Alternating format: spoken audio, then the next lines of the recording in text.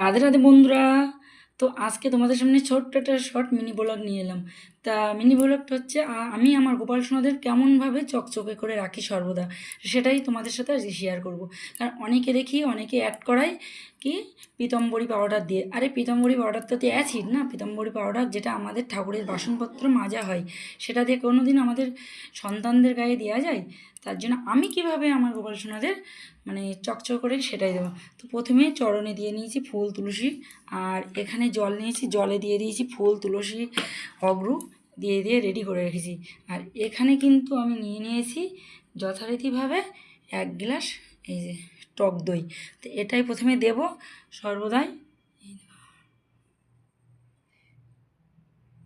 এই যে এটা দিয়ে আমি সুন্দর করে আলতো হাতে মাখিয়ে দেব এইভাবে।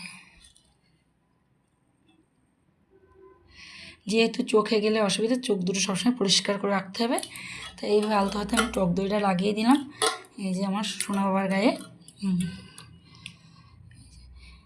এই টক দইটা লাগানোর পরে কিন্তু আমি দেখো কী দিই।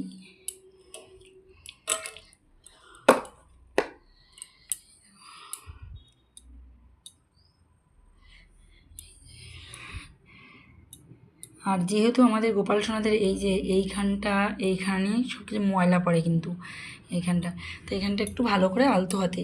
তা যেহেতু আমি টক দইটা দিয়ে দিয়েছি, এবার কিন্তু আমি দেব কি দেখো, আমার গাছের গন্ধরাজ লেবু 1 ফোঁটা কিন্তু এতে রস হয়নি, এখনও কোনো রসই হয়নি, সামান্য সামান্য। তা আমি এটাকে একদম নরম করে নিয়েছি, পুরো নরম করে নিয়েছি, হালকা একদম তুলতুল করছে এই নরম। এটা দিয়ে আস্তে আস্তে একদম আলতো হাতে একটু বুলিয়ে দেবো গায়ে। এই যে একদম আলতো হাতে সুন্দর একদম হাতটা নরম করে, যাতে না লাগে। যেমন আমরা ছোট্ট একটা কচি বাচ্চাদের স্নান করি, আমার গোপাল সোনাকেও আমি তাই মনে করি, আমার ছোট্ট সন্তান, তাকে আমি এমনভাবেই স্নান করাই। তো দেখো একদম তয় তয় বুলিয়ে দিলাম গায়ে। আর এখানে দেব একটু, এখানে যাতে চোখে না যায় সেই জিনিসটা দেখতে হবে, চোখে যেন না যায়। এই যে কিংবা তোমরা যদি পারলে লেবুর যদি রস থাকে 2 ফোঁটা দিয়ে নিতে পারো, তো না দিলেও হয়ে যায়। আমি টক দই দিই না, এটা হাতের গোড়ায় আজকে ছিল এই খোসাটা। খোসাটা বলতে এতে রস হয়নি, গাছে শুকিয়ে গেছে, তাই এই খোসাটা একদম শক্ত নয় কিন্তু একদম নরম তুলতুল করছে নরম। তাই এটা দিয়ে আস্তে আস্তে এই যে নরম আলতো হাতে বুলিয়ে দিচ্ছি একটু। এই যে দেখো আমি কেমনভাবে আমার গোপাল সোনাদের স্নান করিয়ে দিই।